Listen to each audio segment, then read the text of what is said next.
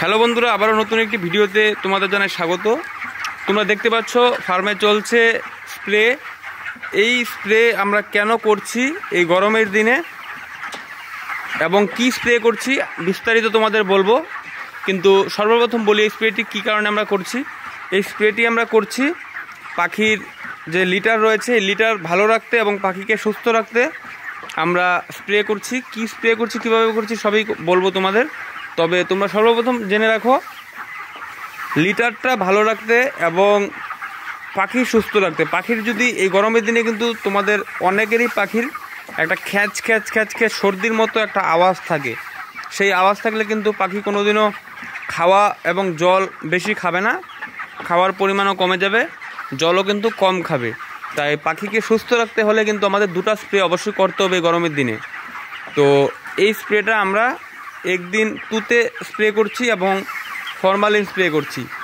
তো formalin spray করলে আমাদের কি হয় তোমাদের বলছি। ফরমালিন স্প্রে করলে কিন্তু পাখির যে খ্যাচ খ্যাচ খ্যাচ খ্যাচ আওয়াজটা আছে সেই আওয়াজটা কিন্তু কেটে যায় এবং পাখিটা সুস্থ থাকে।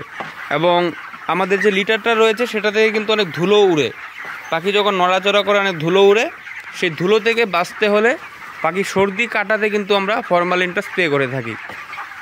এবং তুতেটাও কিন্তু আমাদের খুব কার্যকরী এবং কাজের একটি জিনিস। তাই তোমাদের ফার্মে যদি এরকম কোনো বিষয় থেকে থাকে তোমরা কিন্তু অবশ্যই তুতে এবং ফরমালিন দুটো কিন্তু আলাদা আলাদাভাবে স্প্রে করতে হবে, একদিন তুতে একদিন ফরমালিন।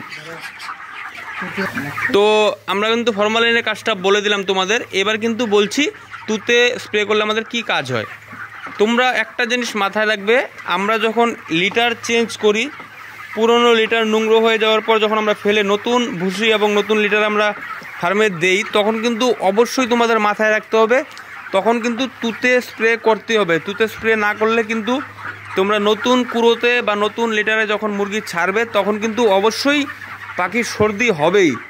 কেন সর্দি হবে? যখন নতুন কুড়োটা থাকে সেই নতুন কুড়োর মধ্যে পাখি কিন্তু খেলাখেলি করে, বেশি নাড়াচাড়া করে, সেই কারণে কিন্তু কুড়োটা উঠতে থাকে, উড়ে কিন্তু পাখির নাকে ঢুকে পাখির কিন্তু সর্দির পরিমাণটা ক্রমশ বেড়ে যায়। তাই কিন্তু তুতে অবশ্যই স্প্রে করতে হবে। যখন তোমরা পুরনো কুড়ো ফেলে দিয়ে নতুন কুড়ো বিছাবে তখন কিন্তু অবশ্যই তোমাদের তুতে স্প্রে করতে হবে। তো তোমরা তুতেটা কীভাবে স্প্রে করবে আমি তোমাদের বলছি। তো তোমরা তুতেটা কিন্তু লিটারে 5 গ্রাম ব্যবহার করবে, পাখি হিসাবে তোমরা সেই জলের পরিমাণটা নিয়ে নেবে।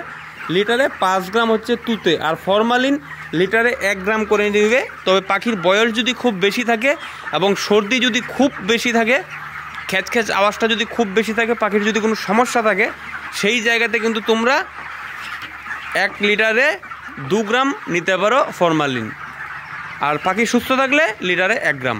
তো তোমরা কিন্তু এইভাবে পাখিকে অবশ্যই স্প্রে করতে পারো, পাখি কিন্তু খুব সুস্থ থাকবে, সেই বিষয়টা তোমরা মাথায় রাখবে। তো আজকের এই ছোট্ট ভিডিওতে তোমাদের সবাইকে ধন্যবাদ ভিডিওটি দেখার জন্য। আমাদের পাশে থেকো, চ্যানেলটি সাবস্ক্রাইব করে। ধন্যবাদ।